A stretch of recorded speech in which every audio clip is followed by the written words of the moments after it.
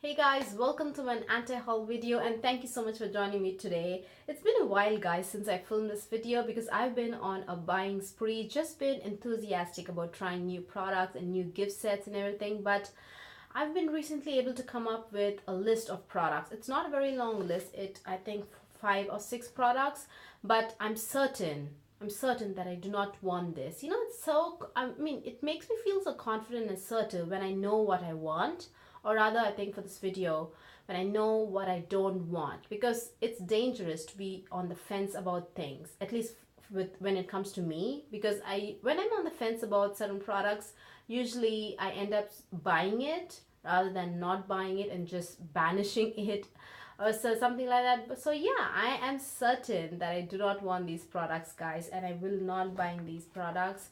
So yeah, I'm so happy. I'm not mad about these products. I'm not mad about with the company about coming up with products like this. In fact, it makes me happy that I'm saving a lot of money so that I can use that money in the future for something I like. So yeah, I guess it's a happy video. Anti-haul videos, I see a lot of people cursing and just being aggressive, but for me this is a happy video because like I said, I'm so happy that I'm certain that I don't want these products and I'm saving a lot of money. So yeah, a happy video guys. It's not a long list. I have a very short list. So let's start with Kat Von D because I have 2 things to talk about from Kat Von D Beauty. So first thing, this is not exactly a product, but Kat Von D, I think once in 2 months or every month, they do this 2-day flash sale, 2-day or 3-day flash sale where they launch some new products that have not been seen before in the market. So they launch some brand new products and they are only on sale for 2 days.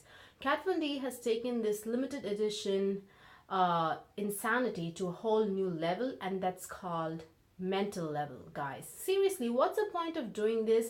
And this stunt that they're doing, this promotion stunt they're doing is like so obvious, and it's so, I don't know. I've just been boycott. I think they've been doing this for say 5 months, 5 or 6 months. I'm not sure, but I have been boycotting this 2-day flash sale ever since it started. I have not bought even a single product. I'm just saying no to this 2-day flash sale from Kat Von D. Either release it or don't release it.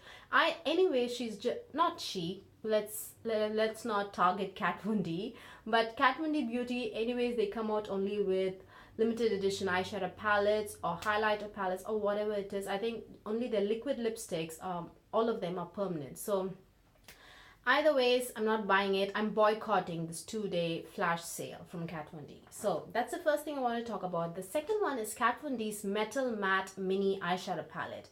I was so happy when they said that Kat Von D Beauty is coming out with Metal Matte Mini Palette, because the original Metal Matte palette, the huge one that came out for last year holiday season, is such an amazing palette guys. The color selection is beautiful, and just the fact that you have so many Metal Crush eyeshadows in a palette, it's just blew me away. And the quality on the Metal Crush, the Metal Crush formula in the palette is beautiful, and it has a really good variety. Not every shade in the palette is my favorite, because there are some really frosty shade. There's like a silver, and there's like a very pale green, and there's like a peach. They all kind of look similar on my skin tone, but you have some really beautiful colors and amazing dark, rich, deep colors guys. There are so many deep shades in the matte finish. It's an amazing palette, great formula. But this Metal Matte, I genuinely thought they're coming out with some beautiful new colors, but when I didn't even see the colors, I saw the shade names and I was deeply disappointed.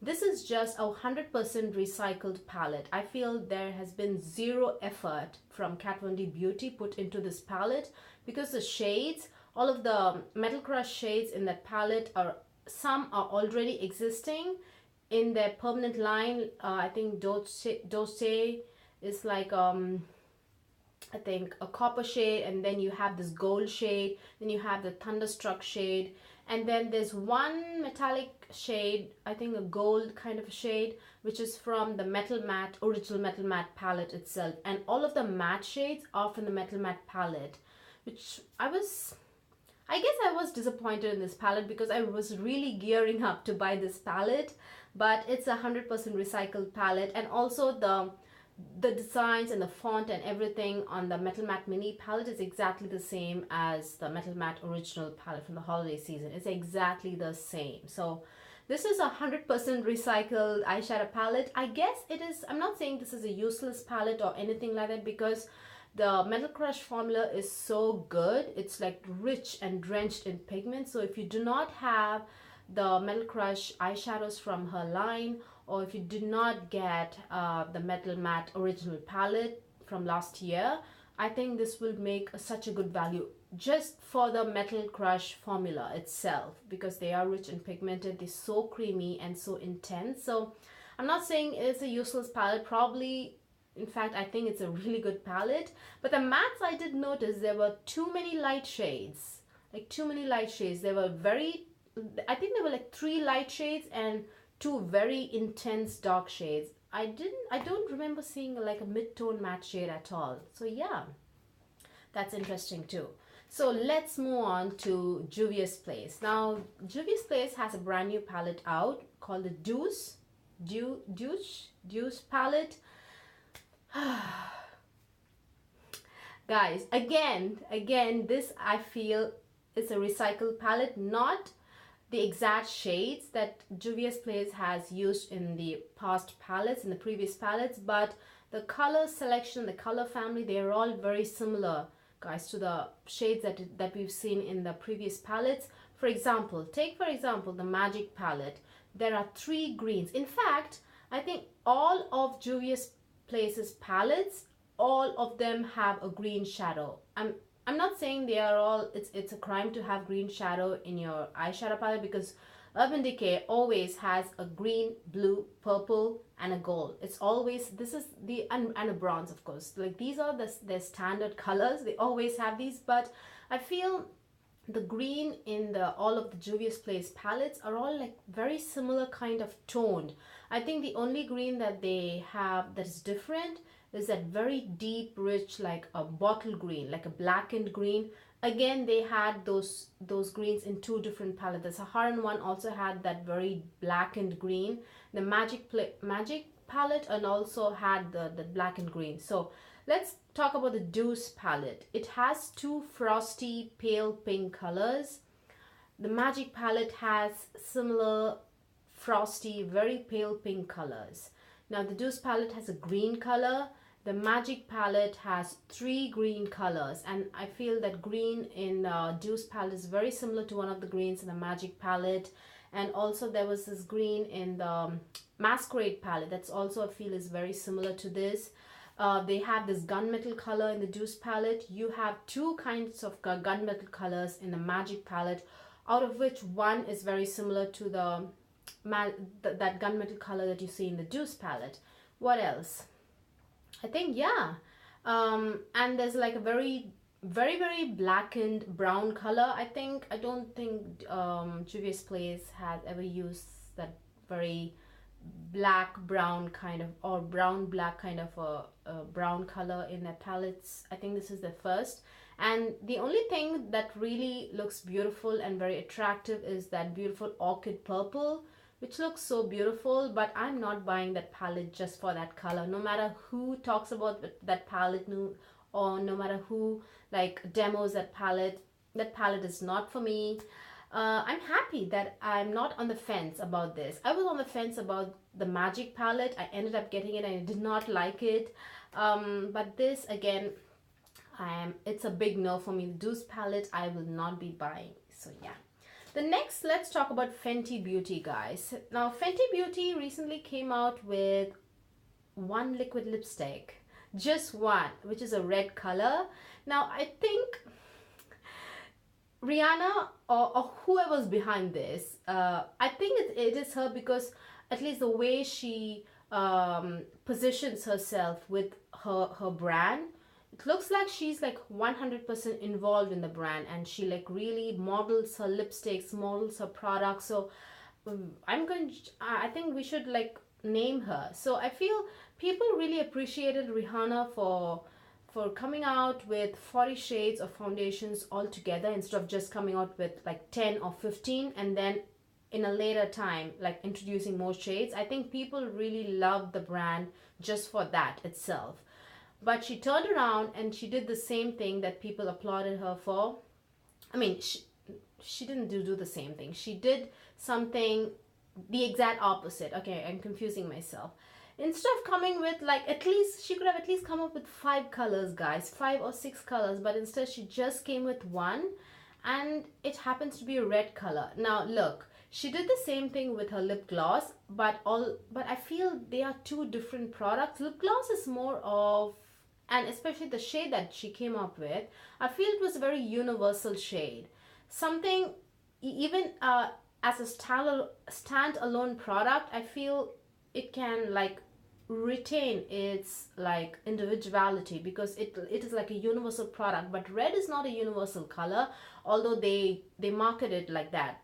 In fact, I thought the popular opinion was every skin tone has a different red. You have to find your red, but they are advertising just the opposite. They are saying that this is like universal red, which I have no problems with the way they promote and they market their product. But I really felt that just buying this one liquid lipstick, what's the point? I would like to try more, and I don't think it's a good idea to judge a formula based on just one shade.